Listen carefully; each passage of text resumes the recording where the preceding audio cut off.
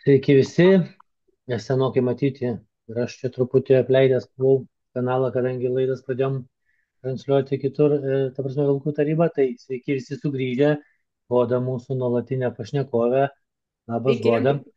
Mes jau tradiciškai su Goda aplink lapkričio 1 darom laidą, jeigu ne trečią kartą, tai antrą, tai tikrai darom, gal net ir trečią laidą. E, ir va kaip tik dabar su Goda šnekėjomės apie tai, kad prieš metus mes diskutavom, nu be abejo, mirties tema, ta vėlinių tema iš kitų kultūrų ir kalbėjom apie rinkimus. Rinkimai tada artėjo berods, ne, jie buvo ne už kalnų, kaip sakant. Mhm.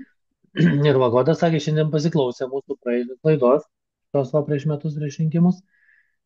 Ir kaip ir prognozavo, kaip ir mes diskutavom, kad bus temai, kad tiesos demai, kad kas iš to, kad ir bus, kaip sakėm, ta pati šikna, tik kitas žandas. Tai Gerai kaip, pasakyta. jo, kaip sakai, Goda, kad kas, ar nors kas nors nustebino, jeigu jau liečiam tą politinę pusę. Tu žinai, visiškai nenustebino ir nors mes su tavim, Robertai, praeitais metais, vat sakau, man atrodo, tai buvo likusi viena diena iki rinkimų ar ant paties slenkščio rinkimų, nors mes su tavimi kaip ir išpranašavome, ko čia galima laukti atėjus socialdemokratams į valdžią, bet nelaikau, kad mes esame kažkokie orakulai ar ypatingai iškeregiai. Tikrai ne. Dėl to, kad kiekvienas šiek tiek mąstantis ir sugebantis tendencijas išvelgti žmogus, net nebūtinai politikos apžvalgininkas, galėjo nuspėti, kas mūsų laukia. O mūsų laukė tuo metu lygiai tas pats, kas buvo palikta už nugaryje. Mm, Tik, taip sakant, tradicija skurdinti šalį, e, laikyti ją nerime, baimėje, įtampoje, toliau tęsiasi. Tai priminsiu, kad mes su tavimi kalbėjome ir aš sakiau, kad pirma, ko reikia tikėtis iš socialdemokratų, tai kad nuo mūsų stengsis nulupti paskutinį kailį. Laimiai lietuviai turi daug tų skurų, nes lietuviai yra darbštus žmonės, lietuviai yra tikrai įgūdę pakankamai lankščiai taikytis prie sąlygų. Lietuviai žino, kad niekada nebus status quo ir kad tik tai vos ne vos sugebės šiek tiek gal daugiau uždirbti, prakusti, iš karto jiems bus pradėti kaišioti nauji pagaliai į ratus, į jų verslo ratus, į individualios veiklos ratus, todėl reikės vėl galvoti kažką naujo, kaip dar prisidurti, kaip mm, dar daugiau uždirbti.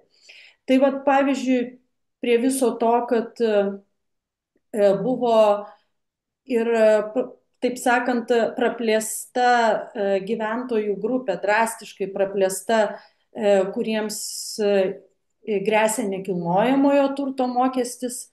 Primenu, kad čia yra mitas, kad tai yra naujas tas mokestis. Jis nėra naujas, jis yra tik tai drastiškai praplėstas ir nemenkai žmonių daliai jisai pauks. Ir pauks, pavyzdžiui, nebūtinai ypatingiems turtuoliams, o netgi atvirkščiai. Tiems, kurie viso labo žmonės turi po antrą būstą, galbūt nebūtinai būtą, o senelių paveldėtą arba daugybę metų statytą ir puoselėtą sodybą. Tai viena. Antra, nepamirškime, kad daugam padidės mokesčiai, o svarbiausia, kad po naujųjų metų, kadangi mano žiniomis valdžia nusprendė minimalų atlyginimą padidinti, tai yra ne valdžia mums didins, o bus priversti tą atlyginimą didinti verslininkai savo darbuotojams, tai iš karto automatiškai ir pakils mokesčiai. Mm. Na, kaip antai, pavyzdžiui, sodrai. Tai jeigu, tarkim, žmogus dirbantis biudžetinėje įstaigoje, žinoma, jisai to visiškai nepajaus ir jam bus vienodai, kiek tas mokestis didinamas, jam net alga greičiausiai pakils. Nu, taip. Tai jau visai kitokia situacija yra su verslininkais, jiems tai yra papildoma našta. Vadinasi, nebūtinai išloš darbuotojai, kai kurie gali atvirkščiai patirti nuostolį, galbūt bus atleisti, galbūt eilinį kartą verslininkai galvos, kaip čia susiveršti diržus ir apeiti tą, žodžiu, vėl tuos pakilusius mokesčius. Bet svarbiausia, vat, pavyzdžiui, tarkim, tie, kurie savarankiškai dirba, Mhm. tie, kurie patys savo susikūrė darbo vietą ir vykdo individualią veiklą. Galiu pasakyti, aš čia esu tas vaikščiojantis individualiosios veiklos egzempliorius, kadangi ir straipsnius rašau būtent pagal šią veiklą ir ekskursijas kaip gidė vedu ir kaip kelionių vadovė į tolimus Azijos kraštus dirbau būtent pagal individualios veiklos Mhm. pažymą. Lygiai taip pat ir pajamas už parduotus mano ir Raimondo Dikčiaus parašytos ir išleistos knygos Geografija trans egzempliorius irgi gaunu pagal individualios veiklos Mhm. pažymą. Tai jau kas, aš tikrai galiu pakomentuoti, kaip tai atsilieps vat, būtent tokiems žmonėms savarankiškai dirbantiems ir Mm. patiems vat, savo susikūrusiems darbo vietą. Tai žiūrėk, Robertai, man padidės įmokos sodrai, bet tai nereiškia, kad aš padidinsiu savo paslaugų ir produktų kainą. Mes su Mm. Raimondu Dikčiumi esame pažadėję savo skaitytojams, kad jie tikrai turės galimybę iki pat naujųjų metų, žinoma, iki to kalėdinio dovanų laikotarpio, mūsų knygą iš mūsų rankų įsigyti už lygiai tą pačią kainą, kaip ir praeitais metais. Tai yra, Mm. jeigu iš rankų, tiesiai iš rankų, tai tik 20 eurų, o jeigu siūsime paštomatu arba paštu, tai 23 eurai. Ir mano žiniomis, net ir knygynuose, ir internetinėje priekyboje ta knyga irgi nepabrangs. Mhm. Na, bent jau žiūrint patį vidurkį, gal vienur bus jinai brangesnė, kitur šiek tiek pigesnė. Toliau, lygiai taip pat, tarkim, pavyzdys mano ekskursijos. Aš jų tikrai nepabranginsiu nuo sausio Mhm. 1 dienos. Įkainiai išliks tokie patys bent jau kurį laiką.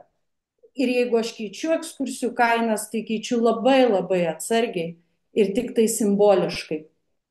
O ilgą laiką jų net neliečiu ir tikrai žmonių neerzinu. Tai ką noriu pasakyti, tikrai nemanau, kad aš tokia vienintelė.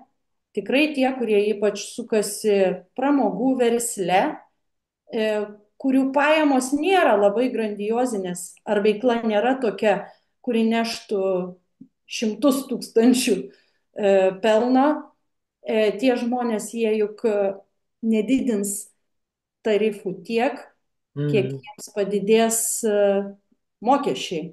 Tai Patys suges. reiškia, kad atsirado galimybė mums tik šiek tiek daugiau uždirbti arba bent jau kompensuoti tą, žodžiu, infliacijos mechanizmą. Ir iš karto iš mūsų bus nubraukta, Nu, taip. atimta. Tai štai tau pavyzdys.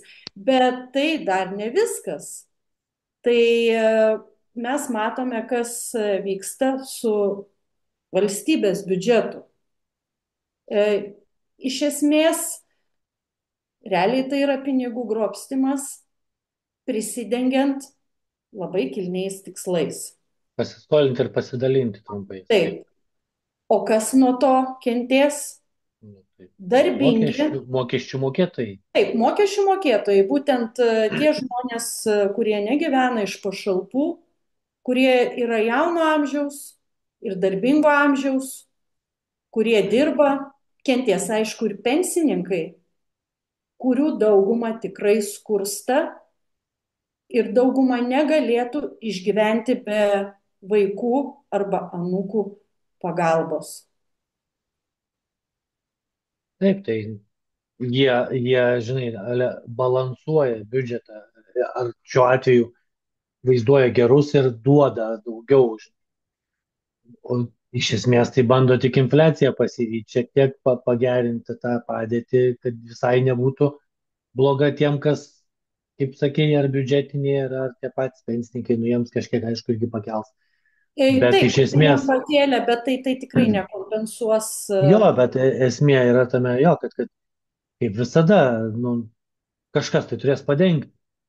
Ir jie Taip, skolinasi ne tam, kad šitą dalyką padengti, jie skolinasi tam, kad ten, va, balionukus kažkaip reikės sureguliuoti. taip, taip. Šiaip iš tikrųjų labai gaila, kad mūsų šalis turi visą potencialą klestėti. Ir iš tikrųjų ekonominė padėtis būtų labai, labai gera, jeigu jos vis nebandytų sugadinti valdantieji.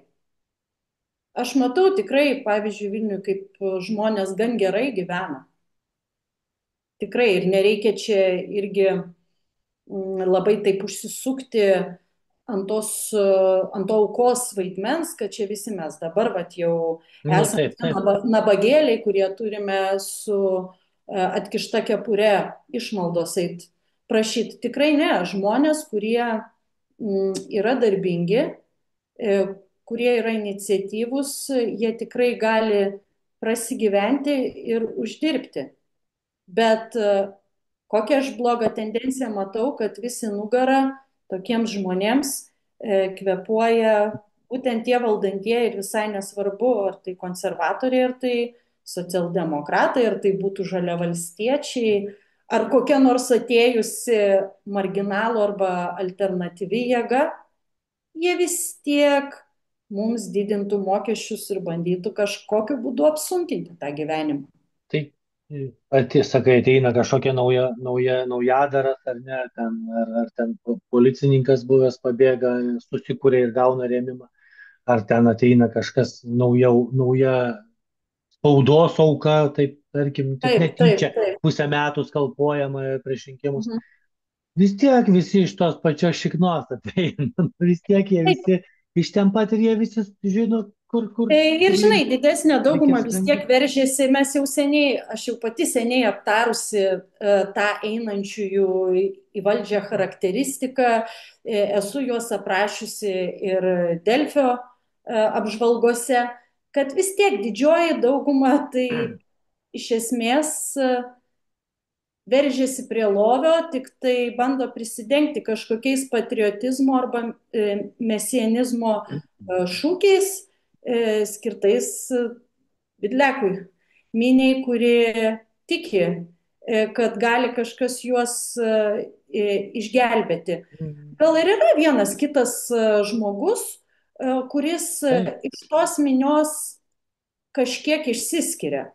Pavyzdžiui, tarkim, mane Ignas Vėgėlė, aš dabar nesakau, kad man visos, tarkim, jo idėjos priimtinos ir aš jo irgi nematau kaip mesijo, kaip to, kuris išgelbės tautą. Bet ką aš matau, čia tik tai vienas iš kelių pavyzdžių, kad atėjo bent jau žmogus su gan aukštu intelektu, mokantis aiškiai ir skaidriai formuluoti mintis ir galintis jas išdėstyti be pakištuko. Mhm. Ten be kažkokio žmogaus piaro, pasamdyto piaro atstovo, kuriais paprastai būna tie valdžios žmonės apsistatę dešimtimis, bet gali kažką konkrečiai pasakyti ar netgi pasidalinti visai neblogą idėją dėl kokių nors įstatymų. Taip, Bet taigi inicijuoti tokių kažką. žmonių yra vienetai. Taip. Ir jie O paskęsta didesnė toje minioje. dauguma, žinai, aš tau atvirai pasakysiu, Robertai, kaip iš šalies atrodo.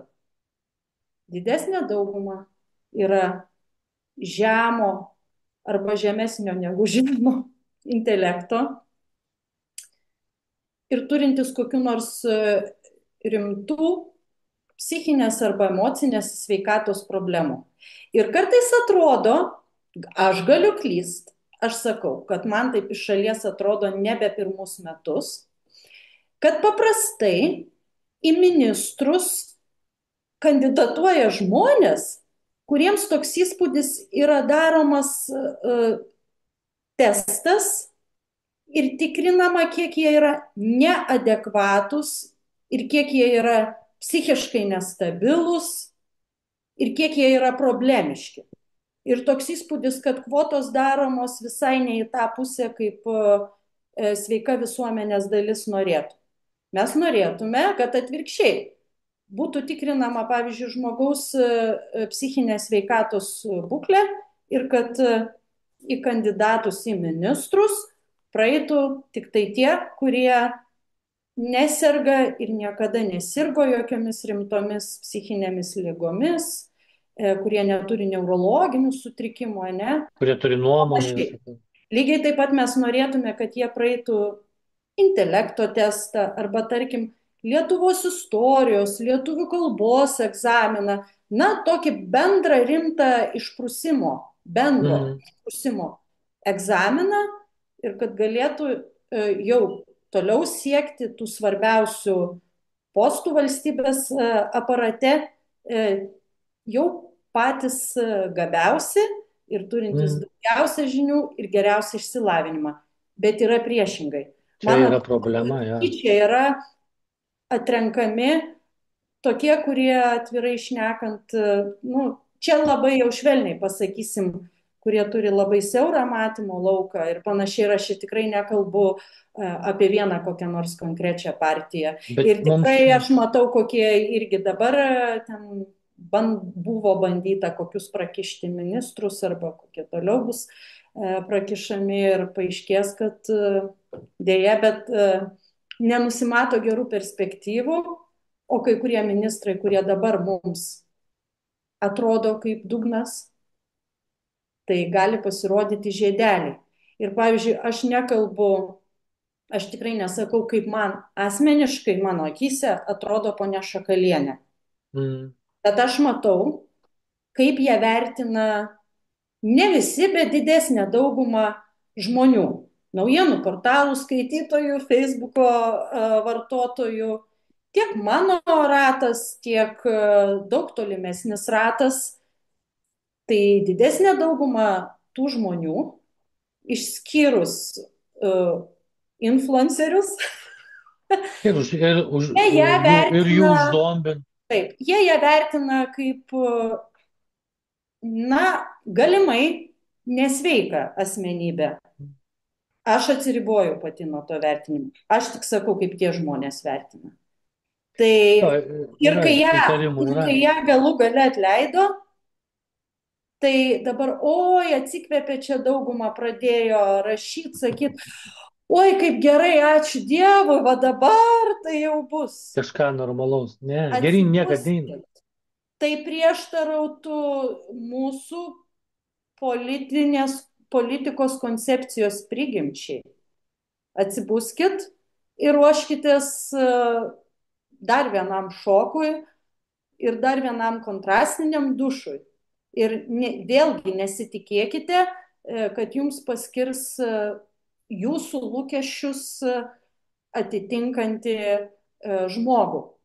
Ir man lygiai taip pat buvo graudu ir net juokinga matyti, kaip net ir buvo vertinama Ruginienė, kad štai atėjo graži moteris ir dabar vat jau laukime permainų, žiūrėkite, kaip subtiliai kalba. Nu, kuo toliau, O tuo gražiau. gražiau darosi.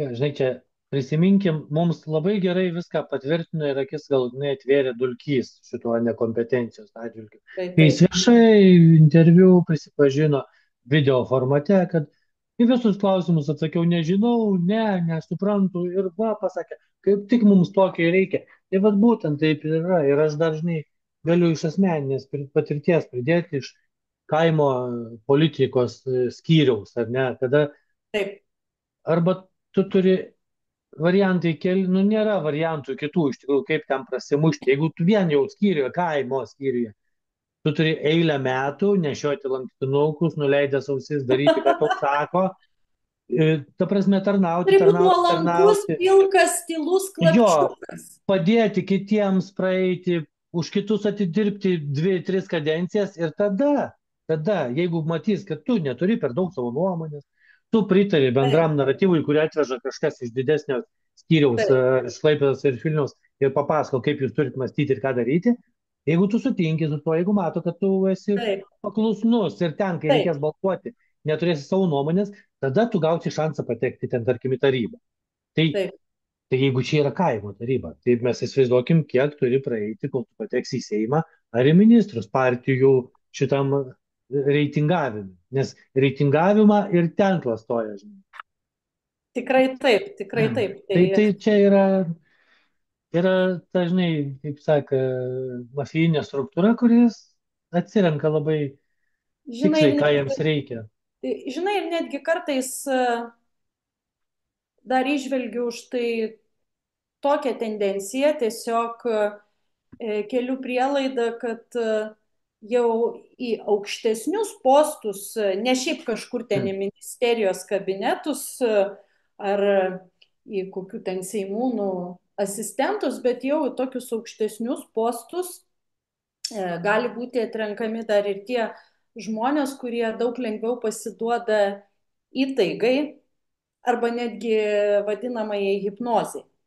Tai tik tai noriu pasakyti, kad nereikia įsivaizduoti, kad hipnozė tai būtinai yra vykdoma taip, žmogų užmigdant. Žmogus gali patekti į lengvą transo būseną ir atmerktomis akimis, taikant Miltono Tai Ericksono metodus. Bet tai čia jau kita tema. čia dar giliau, Gal aš nereikia nei šiek tiek giliai, Goda, aš dar pertrauksiu. Čia tas pats buvimas ten, toje partijoje, tave paverčia to hipnotizuotų, kaip to krepšinio ar gal futbolo nepaverčiau, gal fan. žmogus tiesiog turėjo Įtiki, tu įtiki, polinkį tiesiog, tam. jo, aš iš savęs, gal aš toks buvau, ta prasme, aš atsimenu, gal ir galvoju, pats su savim kalbėjau, kaip taip, vat, tu aklai kažkuom ten būtent, vat, nes tu tikėjai tom, ką tau sakė ir visi Taip, kiti buvo, nes Lietuvoje politika kaip yra? Ką jūs žadat, ką jūs padarysit. Ir ką visi sako, jie yra blogi, va ten tie netaip taip, daro, taip, o o mes mes kitaip. pageri. Vis laik, jo.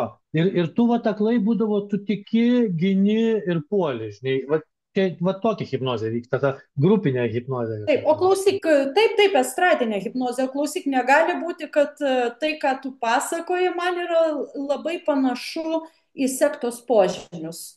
Taip, sakau, tai čia kaip tu Nes tu krepšinio turi futbolo tikėti, fanatikais palyginti. tu turi tikėti ne tiek, kad idėja, bet visa ideologija, tu turi būti labai siauro matymo, tu negali būti kritinio mąstymo Ne, ir ne. taip kaip sektantams yra Dievas ar kažkokia aukšta jėga arba pakišta teorija apie ateinantį tvaną, pavyzdžiui, arba apie ateinančią pasaulio pabaigą, taip turbūt partijėliai, kuri yra paremta sektos principų, matyt, tiem žmonėm yra ta tokia kelrodė žvaigždė turbūt yra arba jų vadas, kuris kandidatuos į prezidentus, Jo, arba kažkokia jiem pakišta ten ta programa, kurią jie turi. valdyba ta tenais. Taip, Nes supranti, ta prasme yra, jie irgi laviruoja, jie keičia savo.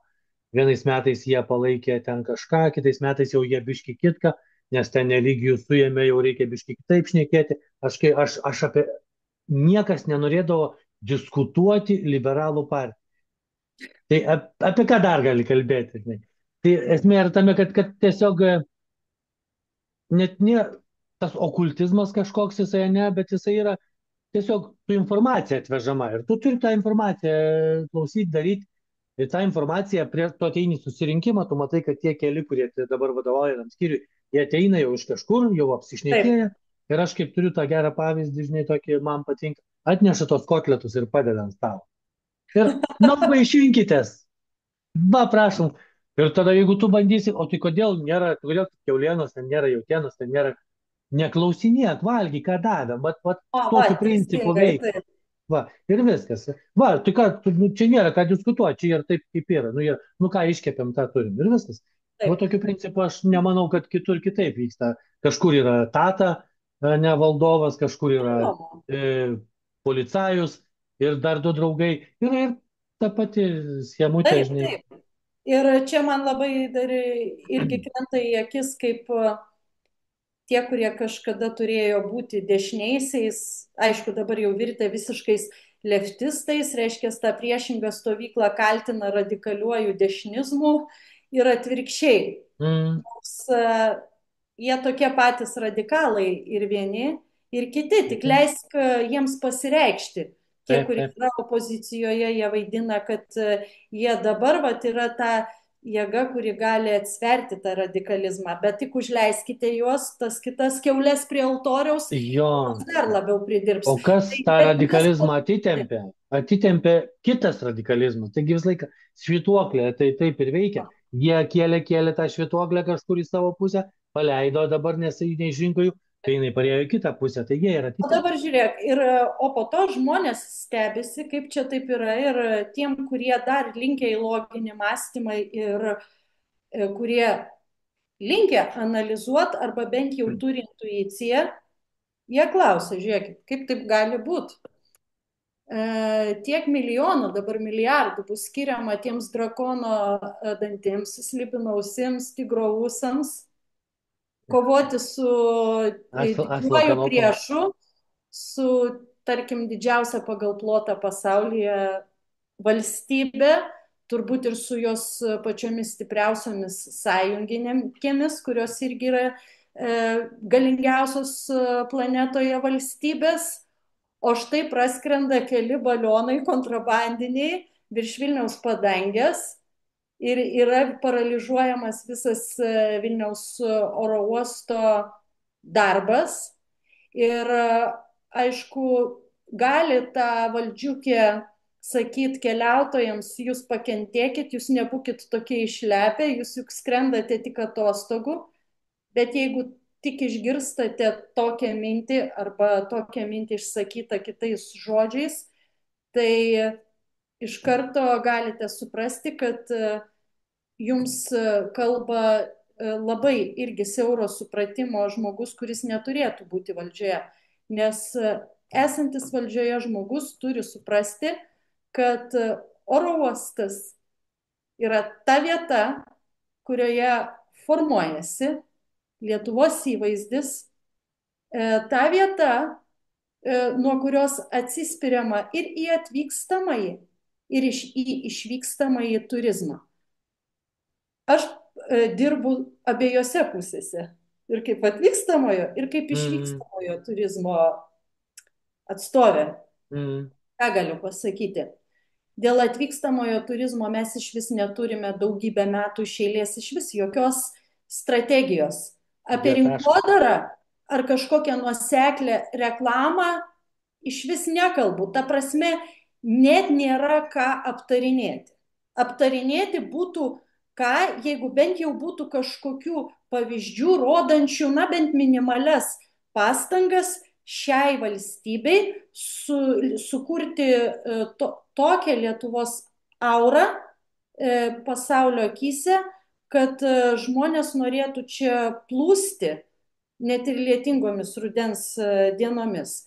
Kaip gidė galiu pasakyti, kad didesnė dauguma turistų pas mus atvyksta kaip atsitiktiniai.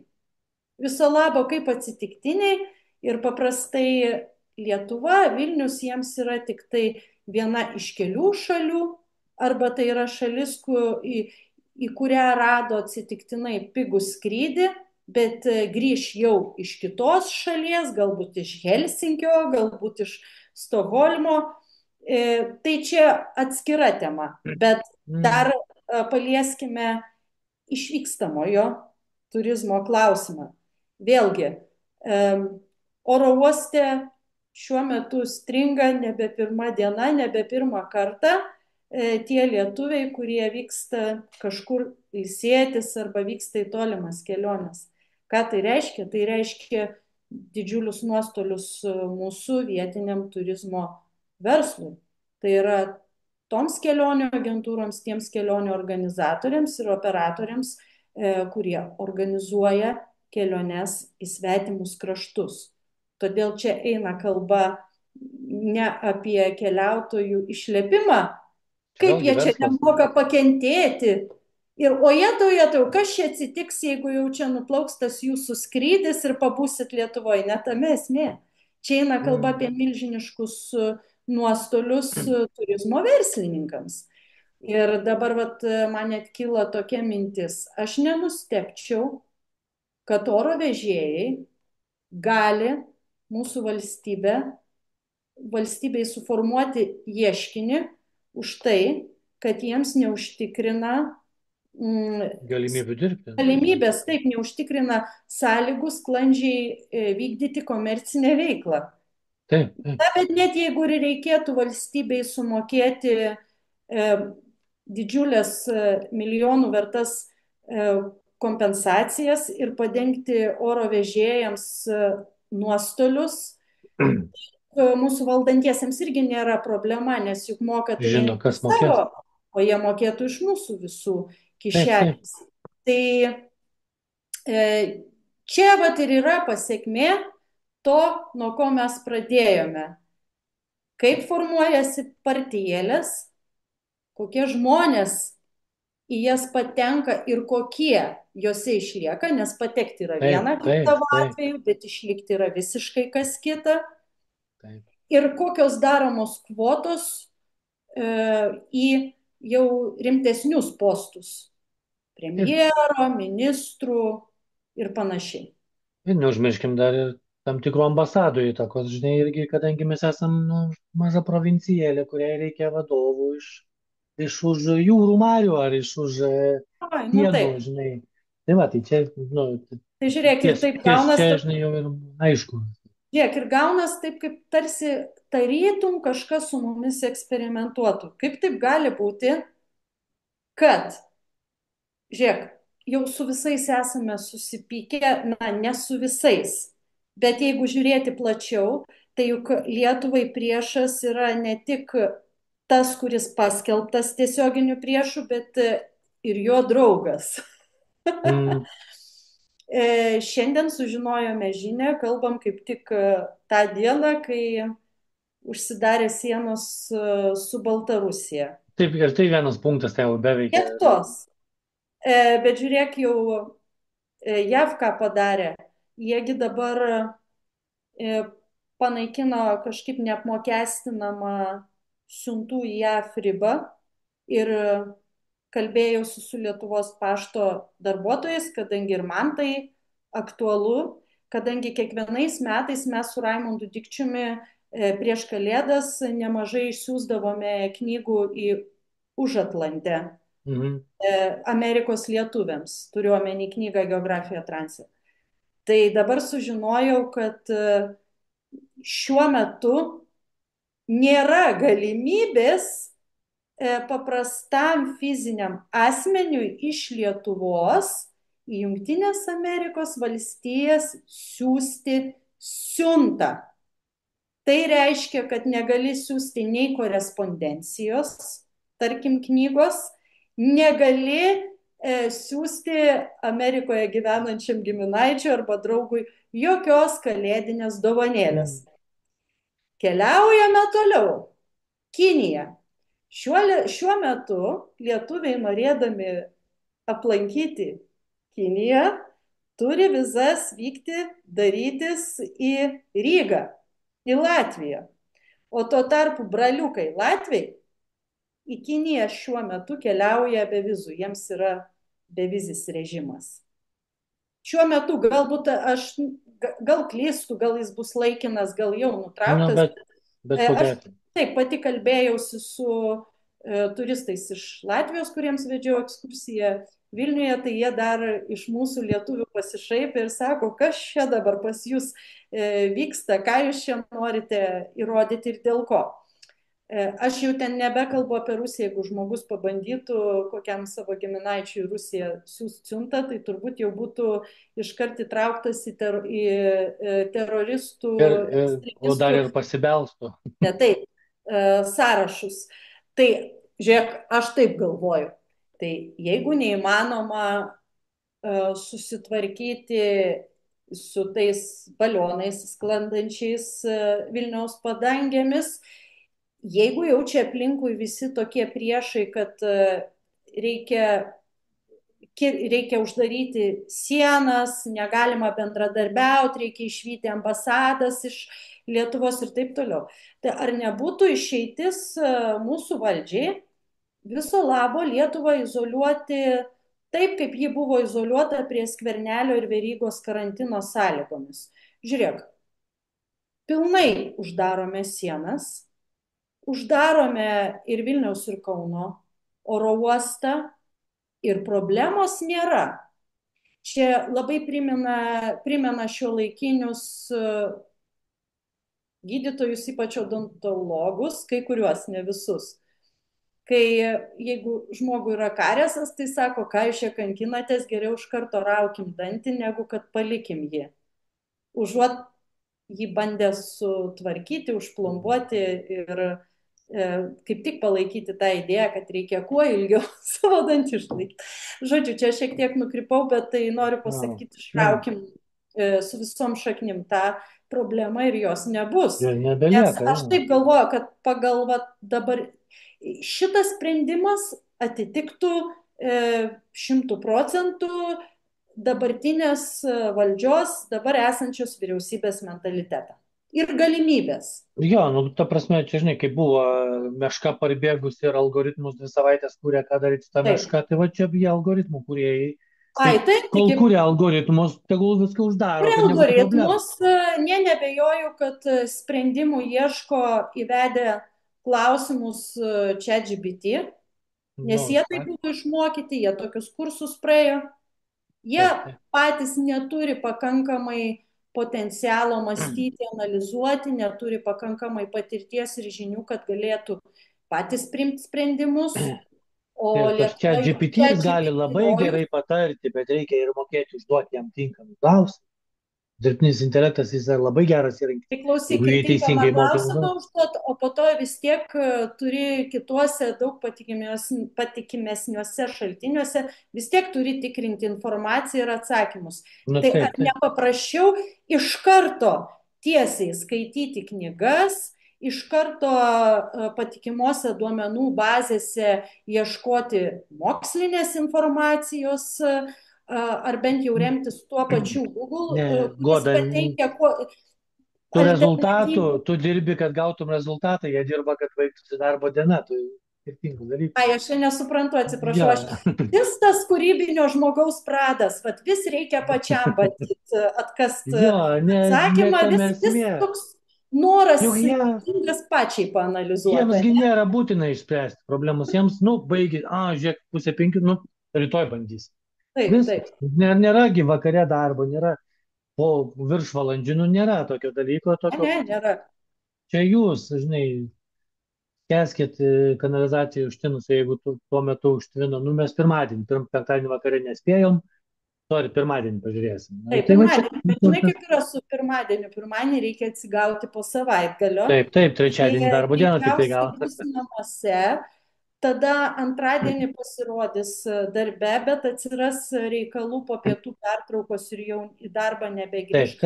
Trečiadienį, štai žiūrėk, jau savaitė įpusėjo, o jau ketvirtadienį mato skrydis, jeigu jis nebus atšauktas dabartinėje situacijoje, tai reikia jau krautis lagaminus. Taip. Laukia ilgasis savaitė. Apie kelionės pašnekėjom, tai ir pašnekėkim. Rašiai kažkokį labai daug atsiliepimų vairių sulaukusi straipsnį, čia lyg yra, ne, Delfi, apie keliavimą su mažais vaikais. Ir, kaip suprantu, sulaukė įvairių nuomonių, pasipiktinimų ir taip toliau. Tai papasakok trumpai visiems, kas čia įvyko, apie ką rašėjai. Tiesiog parašiau tai, ką iš tikro dauguma žmonių, nesakau, kad visi, bet dauguma žmonių ir brandesni žmonės tą ir galvoja. Aš tik apibendrinau tokią tendenciją.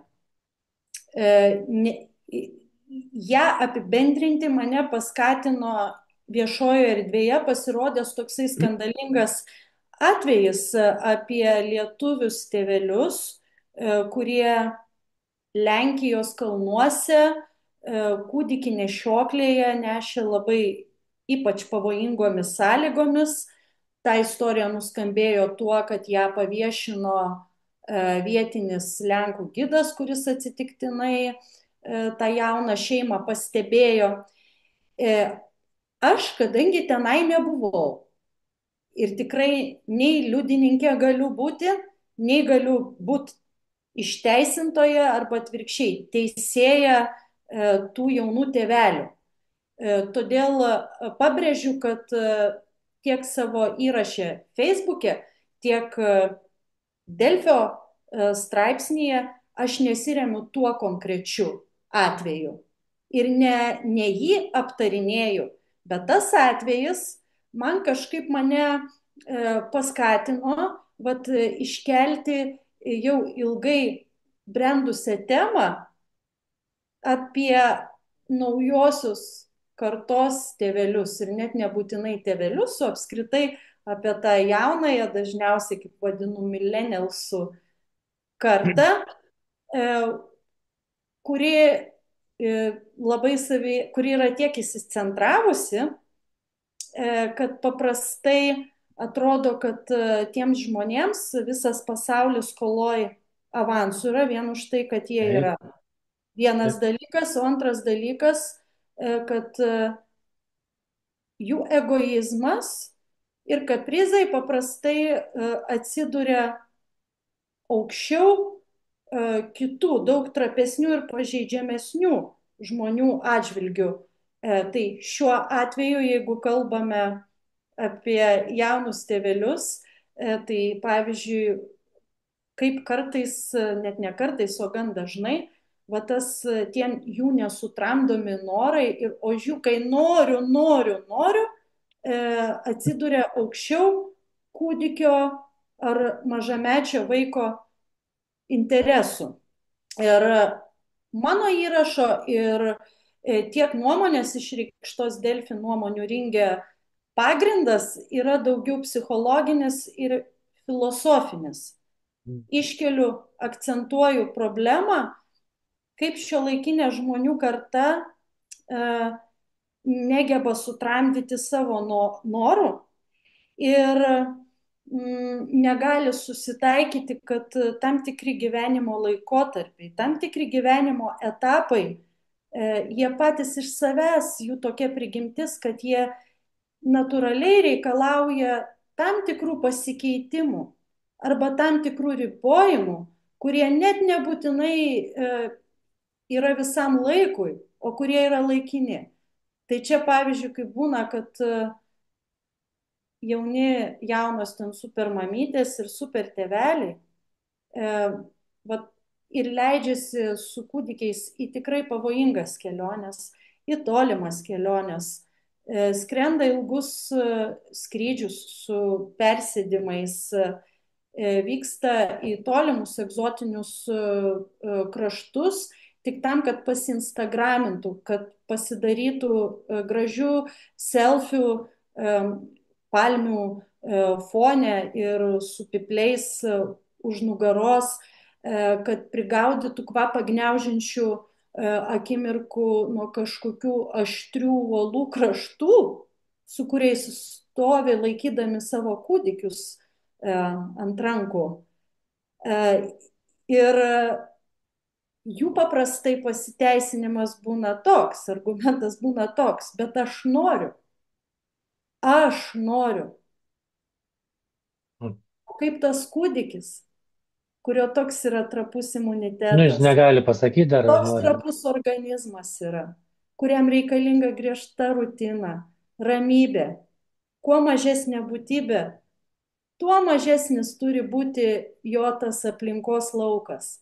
Ir svarbiausia yra grynas oras, svarbiausia yra vat, būtent ramybė, labai gerai subalansuota dienotvarkė, o ne tėvelių kaprizai ir tas nepasotinamas noras į įspūdžius ir į jų kaitą. Ir čia galima tą temą pratesti tikrai jokiais būdais, ne apie jaunus super tėvelius ir super mamytės, bet vat būtent apskritai apie tą žmogaus polinkį. Ne tik tų mums nepažįstamų žmonių, bet atsigręžkime į save ir į tave, ir į mane, ir kiekvienas atrasime savyje, kaip mes visą laiką šiek tiek turime pakovoti su savo tais nenumaldomais norais. Juk žmogus nuo gyvulio tuo ir skiriasi, kad turi galimybę į sąmoningumą.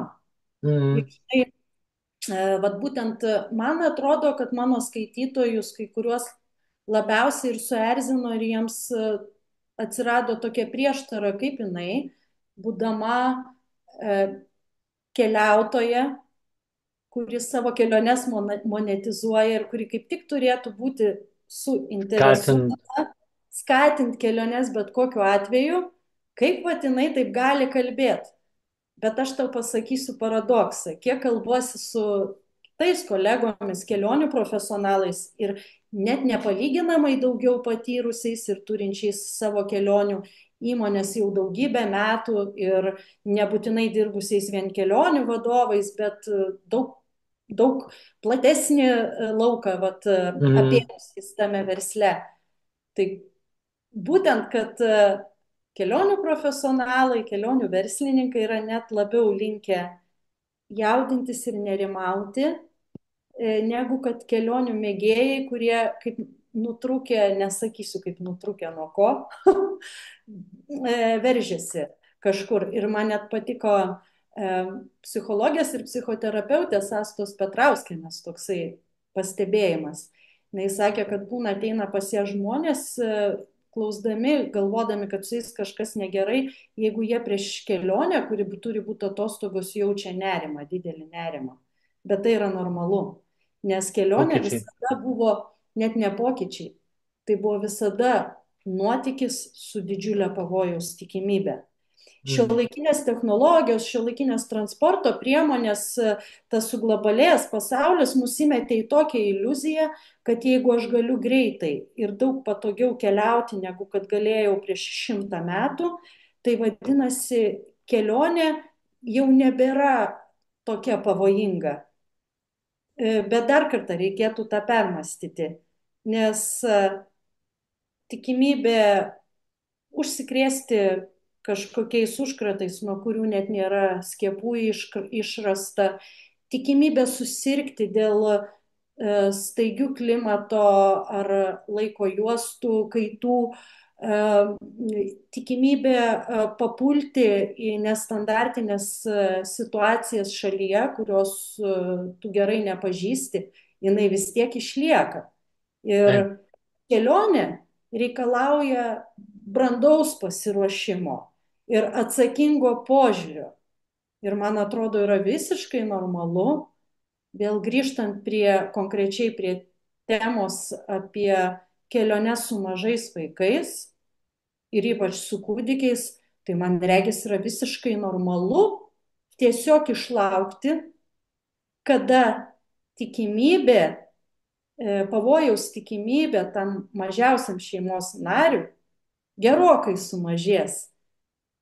Ir čia vėlgi eina kalba tiesiog apskritai apie žmonių apetitą, nepasotinamumą ir eina kalba apie tai, kiek mes galim savo norus tuos valdyti. Ir Jo, nes čia aš kalbu tikrai ne kaip kažkokia mokytoja ar teisėja. Bet aš lygiai taip pat visada atsigręžiu ir į save, matydama tokius atvejus. Gal ir man reikėtų šiek tiek primažinti apetitą. Ir tiesą sakant, tikrai aš sulaukiau netgi priekaištų iš kai kurių skaitytojų. Tai ką, tai dabar specialiai mažinti keliones, tai ką specialiai mažinti įspūdžius? Būtent. Aš, pavyzdžiui, esu tą dariusi. Tarkim, kai daugiau rašiau ir dirbau žymiai intensyviau kaip žurnalistė, buvo metas, kai aš labai daug turėdavau skraidyti į svetimus kraštus kaip korespondentė. Man tai būdavo didžiausias džiaugsmas ir didžiausias malonumas, nepaisant to vat, būtent didelio adrenalino ir didžiulės atsakomybės prieš redakciją, nes vykdavau ne šiaip pramogaut, o rengti medžiagos. Tai yra buvę, kad aš specialiai atsisakydavau to pasiūlymo. Ne kiekvieną kartą, bet kartais atsisakydavau. Tam, kad specialiai šiek tiek suvaldyčiau tuos savo norus. Mm. Lygiai taip pat aš irgi kažkur beveik 3 metus, 2 tai tikrai, ar 2,5, vat būtent ir nekeliavau po vaiko atsiradimo.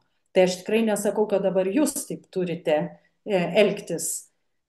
Bet sakau, kad yra ir tokių, kurie ir 5 metus nekeliavo po vaiko atsiradimo. Taip. Aš sutikau vieną gerą pažįstamą, kuris mūsų siejo bendri interesai ir ypač didžiulis susidomėjimas Azija. Ir tas žmogus buvo didžiulis kelionių aistruolis. Ir aš jį susitikau po ilgo laiko ir persimetėm keliais žodžiais, kaip tu gyveni, pakalbėjom. Ir paaiškėjo, jisai išsidavė, kad 8 metus nekeliavo dėl to, kad šiuo metu augina vaikus. Ir man atrodo, čia nėra vienintelis toks receptas, kad taip reikia elgtis, bet tai yra vienas iš pavyzdžių parodančių, koks yra brandus žmogus. Mm. Kaip atskiria tam tikrus gyvenimo etapus. Čia, žinai, galim pereiti net prie tokios filosofinės temos, net nebe filosofinės, bet dar prie kito praktinio pavyzdžio. Čia panašiai kaip senos kargos bando imituoti jaunystę ir ją dirbtinai pritraukti. Jos galvoja, kurios pasiekusios jau beveik solidų seniorių amžių, jos galvoja, kad jeigu prisitampys tą veidą, taps ten tais transformeriais, tokiais net pažįstamais arkliaveidėmis. Svarbiausia, kad raukšlių nebūtų. Tai jos mano, kad šitaip jos apgaus ir save, ir aplinkinius, ir kad jos taip sustabdys laiką. Bet tai nereiškia, kad tavo veide kažkokiu apgaulės būdu neliko raukšlės, kuri yra visiškai natūrali mūsų senėjimo proceso ir mūsų nusidėvėjimo dalis. Tai nereiškia, kad tu tapai jaunesnė sieloje ir kad tu turėjai tiek pat jėgų, kiek tu turėjai būdama 30. Tai nesusitaikymas žmogui su savim šiuo atveju, žinai, ta prasme, tu nori būti kažkuo kitu, žinai. Tai su savim, bet nesusitaikymas su tuo, kad mūsų norai visada dažniausiai būna aukščiau už mūsų galimybės. Jo. Nesusitaikymas su ribomis. Visos tos technologijos, kurios atsirado, žinai, maisto pristatymai į namus, ten viskas, ne? Greitas internetas, bet ką paim. Mumis ir išlepino, kad mes viską gaunam greitai. Seniau reikėdavo laukti filmą, gal užkraus, porą valandų gal parsisiųsi, o dabar iš karto pasijungi. Čia net neišlepinimas. Čia yra tiesiog panardinimas į iliuziją. Jo. Ir kažkodėl žmonės greitį, operatyvumą šiuo metu tapatina su patogumu. Ir neįvertina, kad tas greitis, į kurį mes šiuolaikinių technologijų dėka esame įsprausti, gali sukelti ilgalaikės pasekmes, nebūtinai čia ir dabar, bet vėliau. Ir tai atsilieps mūsų psichikai, mūsų fiziniai sveikatai ir panašiai. Žmogus džiaugiasi apsikrovęs appsais ir kiekvieną kartą ten įvedinėja tos visus prisijungimo kodus, kiekviename appse vis kitas prisijungimo kodas, kas kažkiek laiko tu turi naujinti, tu iš naujo turi pergalvoti tuos Eit, pasvardus, eiti per žinias, per taip, antraštės. prisijungimus, tada pats appsas pasikeičia, pati programėlė, jos veikimo principas, o Nedaug dievių užlūšta. žmogus galvoja, kad jis taip sutaupo laiko, bet jis nesupranta, kiek jisai netenka smegenų ląstelių, bandydamas įveikti visas tas kliūtis, kurias pateikė jam tos vadinamosios programėlės. Tai kažkaip žmonės labai panirę į iliuziją ir labai greitai patikė patogumu, kuris iš tikrųjų nebūtinai visada yra komfortas, o Jo, gali tai atvirkščiai būti didelis sistema ne pavojus. to siekia, kurį mums duoda šitai. Ir mes, žinai, visų pirma, tai dingo momentą buvimas. Ta prasme, vat norim greit gauti, greit patirti, greit nulėkti, greit nuvažiuoti, greitai Taip, atvežtų mums. Pats negaminsi, pats nedarysi, pats nevažiuosi. Tai nebelieka vienintelio tikro gyvenime dalyko, tai momento dabar, nes nei praeities, nei ateities nėra. taip, Yra tik dabar. Ir tas dabar dingsta, nes reikia greitai dabar. taip, Žinai, reikia ir greit, mes, greit, greit žinai, aplenkti laiką. pats save pagauni, tu įsijungi filmą žiūrėti, bet tu tuo pačiu dar paskrolini. Taip, Na, taip, tu pagauni save, nu ką tu darai taip, čia. Ir vat šitos visos technologijos mumis privertė, kodėl sakiau, kad išlepino. Mes norim absoliučiai, mes tai su tavim dar atsimenam, kai nebuvo interneto taip, ir po to buvo lėtas internetas ir taip, po to jau dabar yra 5G ir šviesolaidžiai. Mes yra tas vadinamas instant gratification, taip momentinis tas apsidovanojimas, pasitenkinimas. Mes be momentinio pasitenkinimo atidėjimo jokio nebegalim patirti, mes norim dabar. taip. Sugalvojai ir dabar, nes Ir daug žmonės dažniau netgi gali gauti. jau nebeįvertina proceso, Nu e, tai, nu proceso kaip malonumo. tos Man labai, tikrovės. man labai patiko, aš dabar pradedu labai vertinti tuos kūrėjus, autorius, mokslininkus, tuos žmonės, kurie kažką sukuria ir padaro gražaus arba naudingo, tuos, kurie šiuo metu vis dar sugeba atsisakyti tų pačių primityviausių būdų pasiekti darbo rezultatų ir nesvarbu, koks jis bus. Ir vat man labai patiko buvo Editos Mildažytės interviu su Giedrė Kilčiauskienė, Mhm, dainininkė. mhm, Man jinai šiaip labai patinka, nes man regis jinai yra viena iš stipriausių dainininkių Lietuvoje.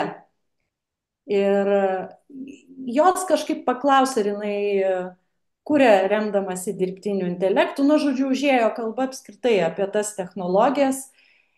Ir jinai pasakė, kad jinai elgėsi taip, kaip jos mama, kai dar buvo vaikas, kai kiekvieną rytą pradėdavo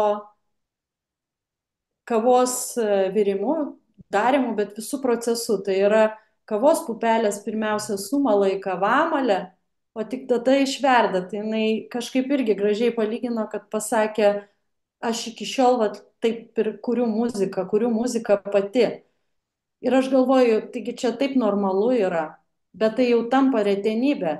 Ir labai dažnai aš netgi išgirstu e, jau iš savo kai kurių pažįstamų žmonių patarimą, kai aš jiem pradedu dūsaut, na, būna skundžiuosi.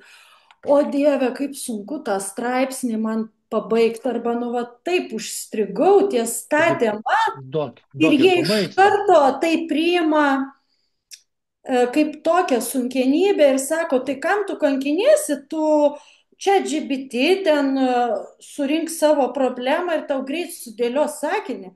Bet tai palauk, sakau, taigi tada tai būsiu ne aš.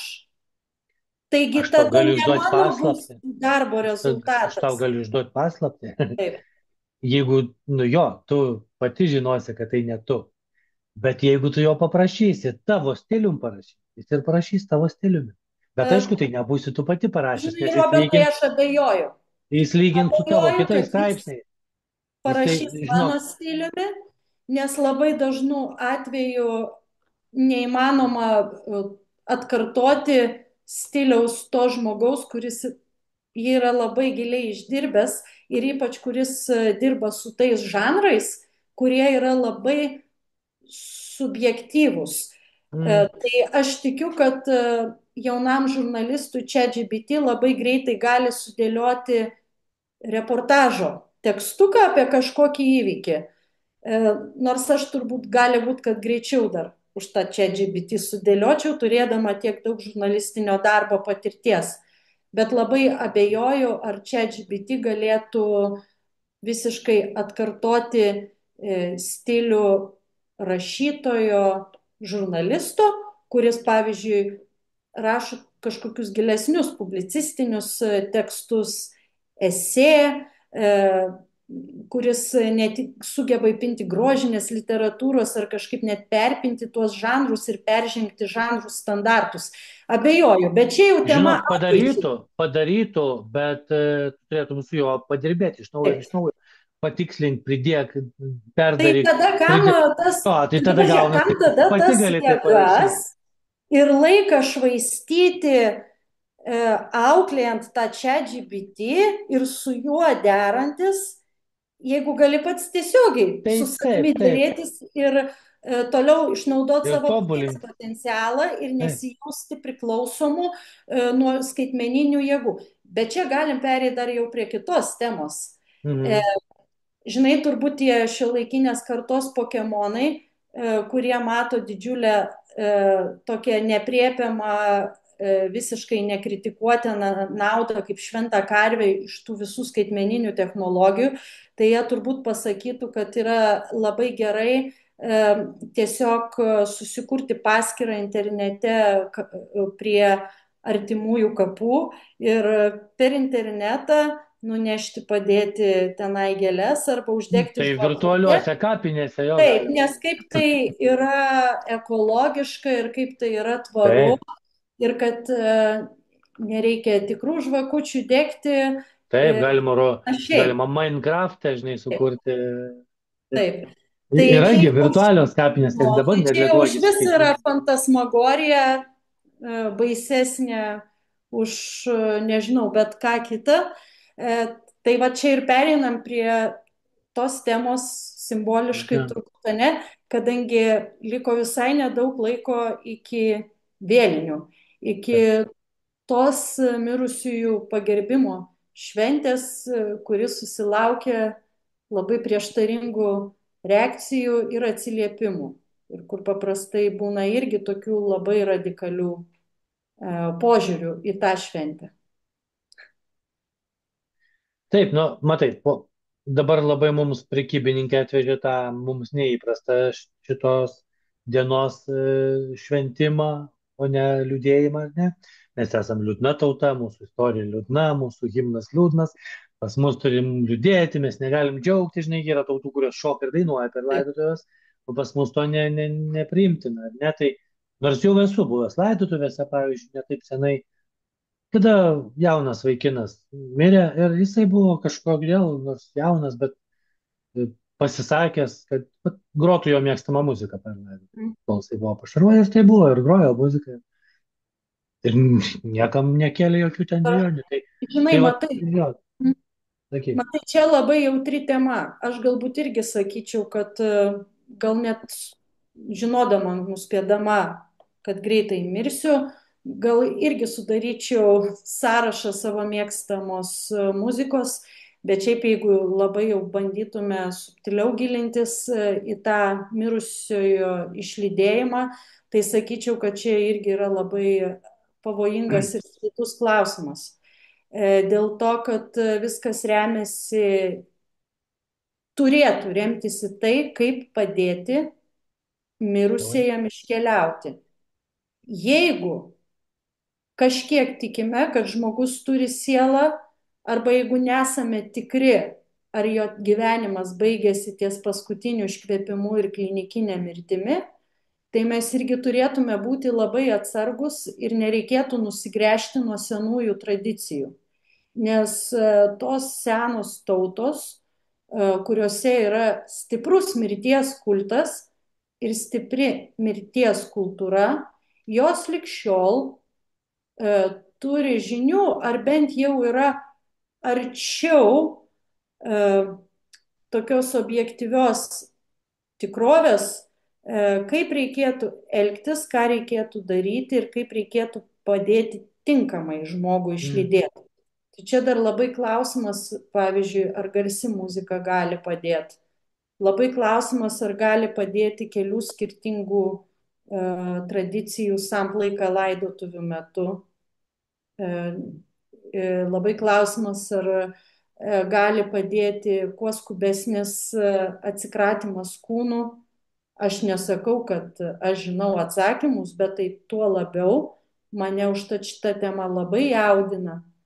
Ir mes su Raimondu Dikčiumi, priminsiu, tuoj Enciklopedija. parodysiu, knygoje Geografija transe tikrai nemažai aptarinėjame anapusybės reikalus, nagrinėjame būtent tą sielos ir galimo, nesakau, kad būtinai, bet galimo persikūnijimo fenomeną. Aš manau, kad galbūt mūsų tie pasakojimai apie mirties suvokimą Tibeto budizme, apie pomirtinės kelionės Mongolijoje,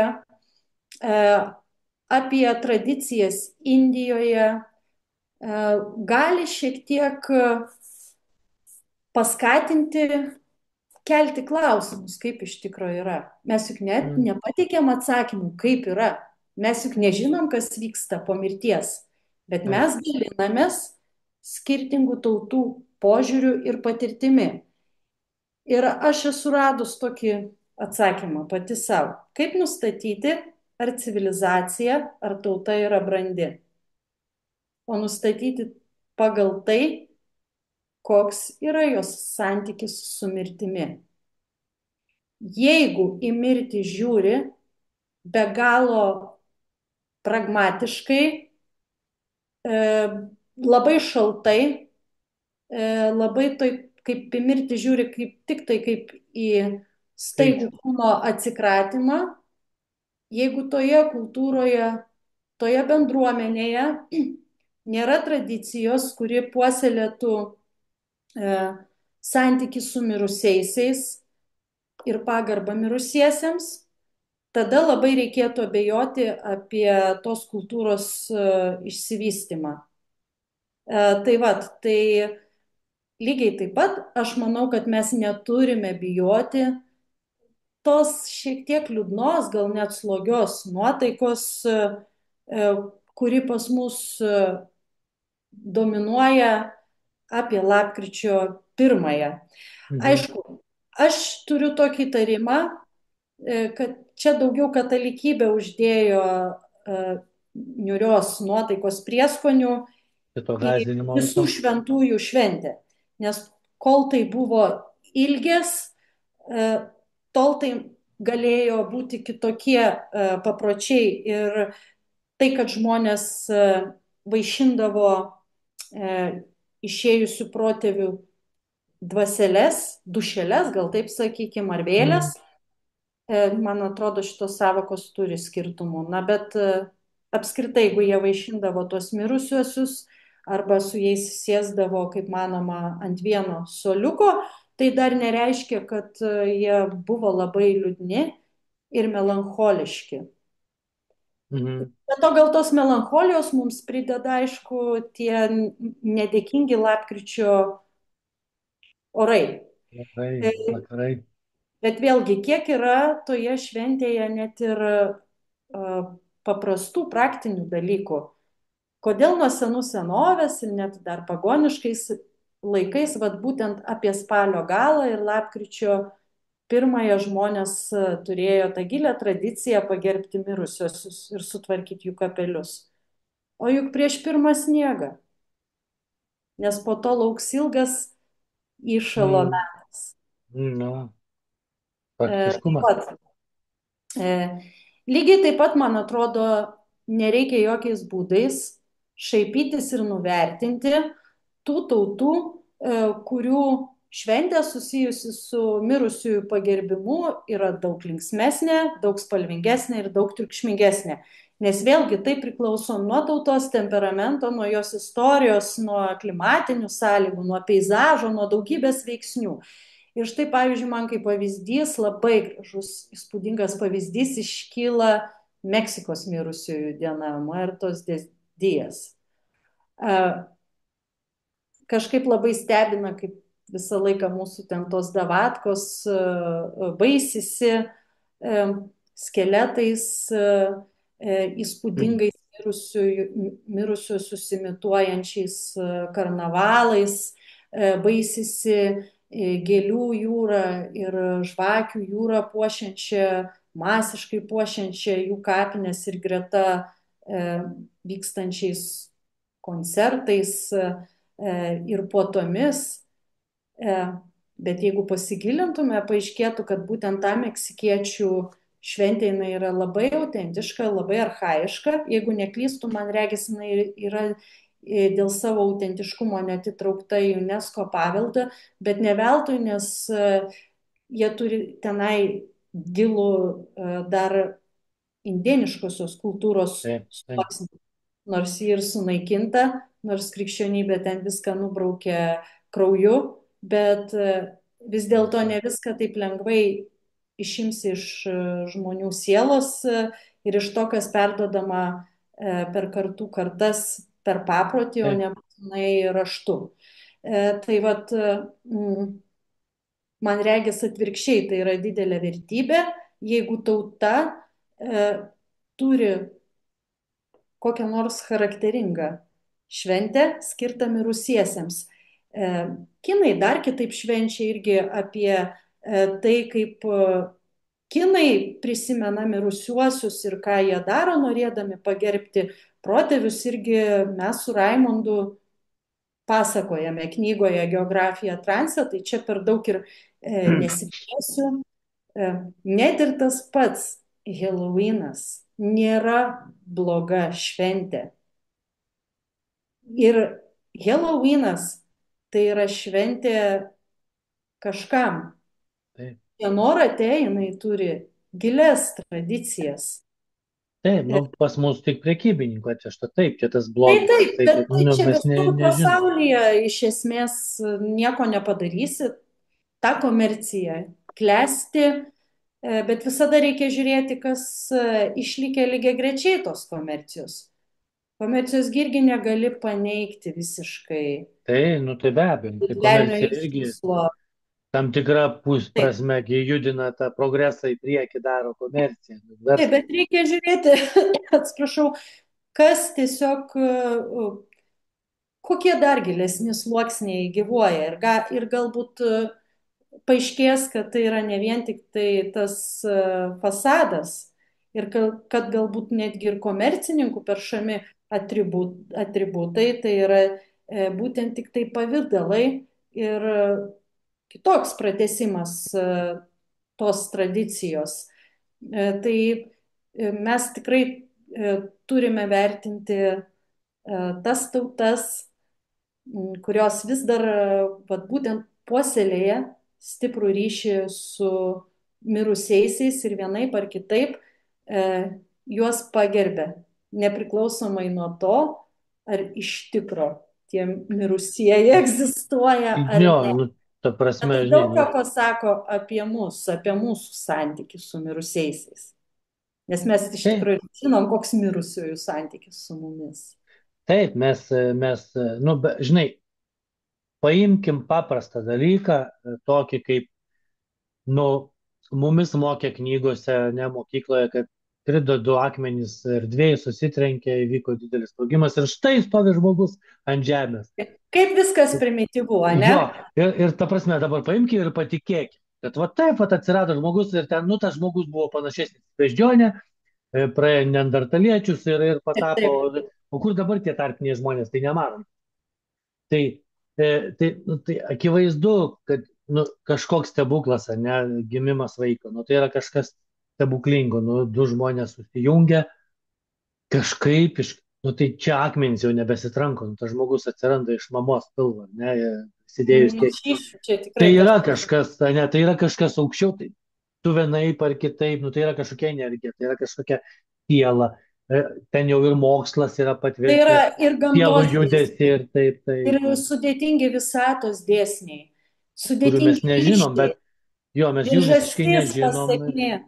ir reikia pripažinti, kad yra kažkas daugiau negu tik mūsų materialus pasaulis. Ne? Ir kita vertus yra viskas daug racionaliau, negu kad ta paviršutiniškoji krikščioniškoji kultūra bando pateikti masėms, toms ganomoms savelėms.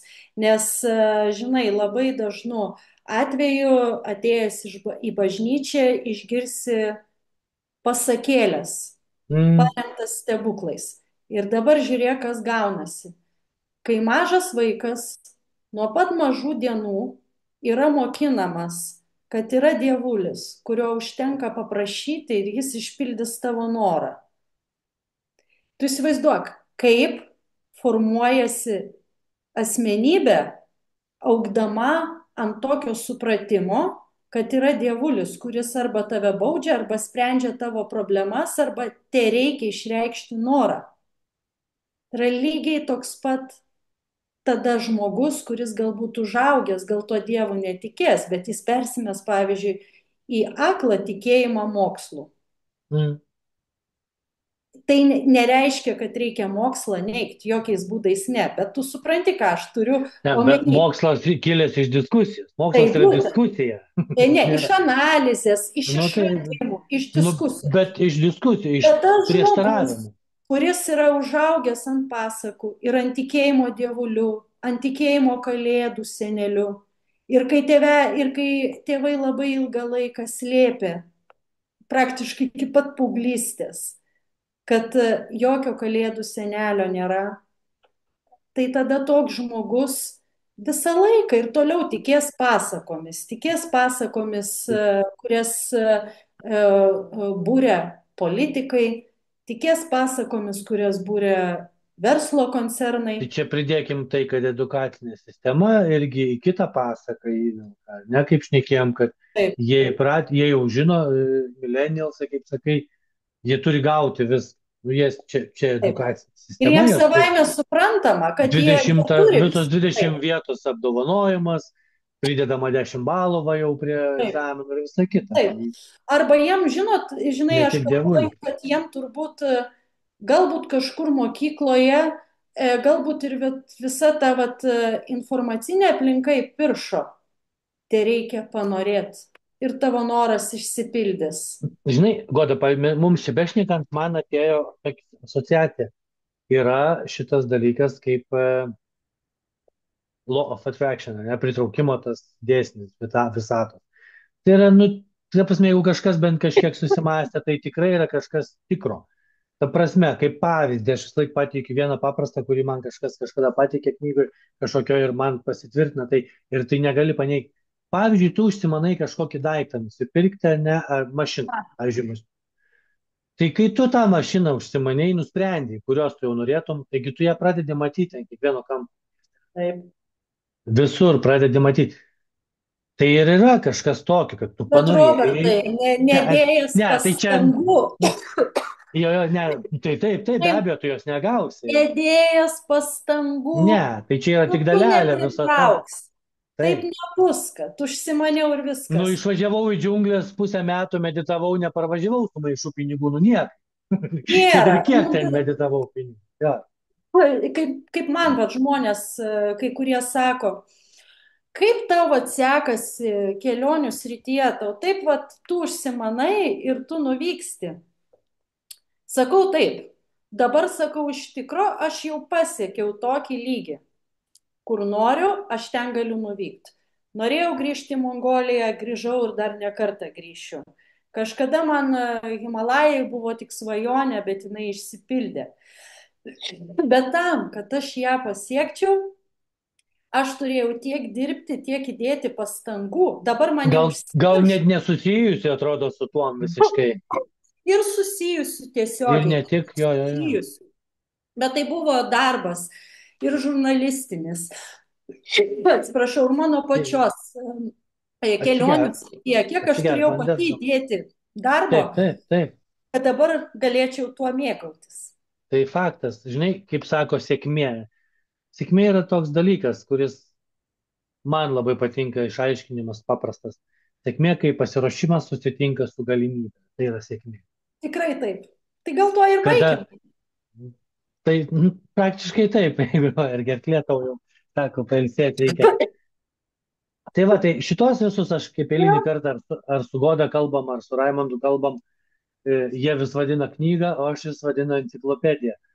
Nes tikrai, nu, ta prasme, ten tiek daug informacijos yra ir tikrai gera dovana ir tikrai naudinga, kartais dingsta, naudingas kaip enciklopedijos rinkinys, žinai, ir pasidomėti kažkom, ir kažką suprasti, ir išmokti, ir sužinoti, ir praplėsti akiratį. Ir labai gera dovana, tikrai labai gera dovana bet kam. Kad ir negalite išsiųsti į Ameriką, tai bent jau kažkur čia pat padovanoti žmonėms. Tai va, tai Goda jau organizmas duoda suprasti, kad pokalbį reikia baigti, jau Goda iš paligos gerklė nebeleidžia, bet mes panašiai ir pakalbėjom, kiek norėjom, ką norėjom, aptarėm. E, ką, tikriausiai po metų padarysim tradicinę dar kartą laidą apie šitą. Tikiuosi, aišku, ir greičiau padarysim laidų, bet aš turiu minėti tą lapkričio pirmosios. Tikrai taip. Tokią. Ir gerų Ir visiems vėlinių. jo, ačiū visiems, kas buvot.